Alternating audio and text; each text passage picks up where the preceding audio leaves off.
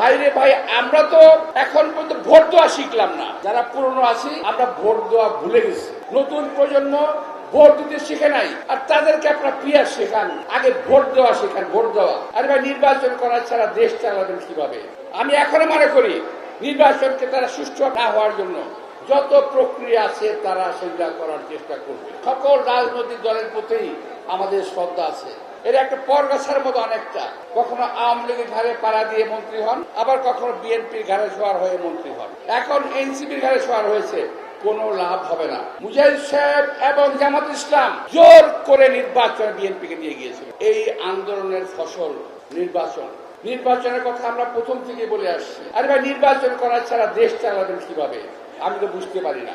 নির্বাচন নিয়ে তো গরু বসি কেন আমি বুঝতে পারি না। তো আর দেরি করেন না। আমরা জানি দিন ঘোষণা দেবেন, তারিখ ঘোষণা দিবেন, এর পিছনে আপনাদের আবার কোন ষড়যন্ত্র তত্ত্ব লুকিয়ে আছে আল্লাহই বলতে পারবে। মানুষকে বোঝাবে যে বিএনপির বিরুদ্ধে ভুল বুঝাবে তারা মানুষকে। কিন্তু বিএনপি 17টা বছর আন্দোলন করেছে, আমরা দরকার পড়লে আরো 17 বছর আন্দোলন করব, কিন্তু কোনো সমস্যা নাই আমাদের। বিএনপি আন্দোলন করে, বিএনপি হোঁচট খেয়ে, বিএনপি জেল খেটে, বিএনপি গুম হয়ে আমাদের অভ্যাস হয়ে গেছে।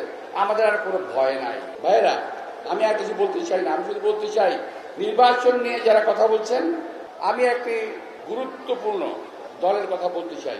আমরা দাম দিই, আমাদেরকে দাম না দিলেও আমরা দাম দিই। সকল রাজনৈতিক দলের প্রতি আমাদের শ্রদ্ধা আছে যে তারা বিএনপি যেটা বলে তার উল্টোটা তারা করতে চায় সব সময়। অথচ এরা কোনোদিন দেশের মন্ত্রী মিনিস্টার হওয়ার স্বপ্ন কখনো দেখতে পারে নাই। এরা একটা পরগাছার মতো অনেকটা, কখনো আওয়ামী লীগের ঘাড়ে পাড়া দিয়ে মন্ত্রী হন, আবার কখনো বিএনপির ঘাড়ে সওয়ার হয়ে মন্ত্রী হন। এখন এনসিপির ঘাড়ে সওয়ার হয়েছে, কোনো লাভ হবে না।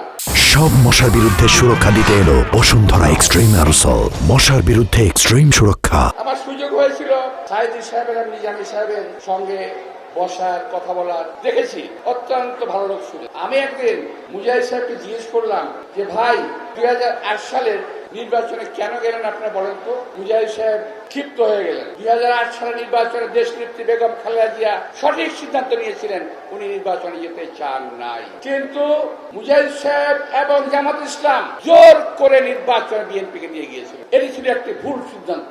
আপনারা বলছেন একটা সিদ্ধান্ত নিয়ে যাচ্ছেন, পিয়ার পদ্ধতি বলেন। পিয়ার পদ্ধতি জানে না কেউ, হাতে না করতে কেউ পিয়ার জানে না। বাইরে ভাই আমরা তো এখন পর্যন্ত ভোট দেওয়া শিখলাম না। যারা পুরনো আছি আমরা ভোট দেওয়া ভুলে গেছি। নতুন প্রজন্ম ভোট দিতে শিখে নাই, আর তাদেরকে আপনারা পিয়ার শেখান, আগে ভোট দেওয়া শেখান, ভোট দেওয়া। আগে ভোট দেওয়া শিখান, পরে পিয়ারের কথা বলেন।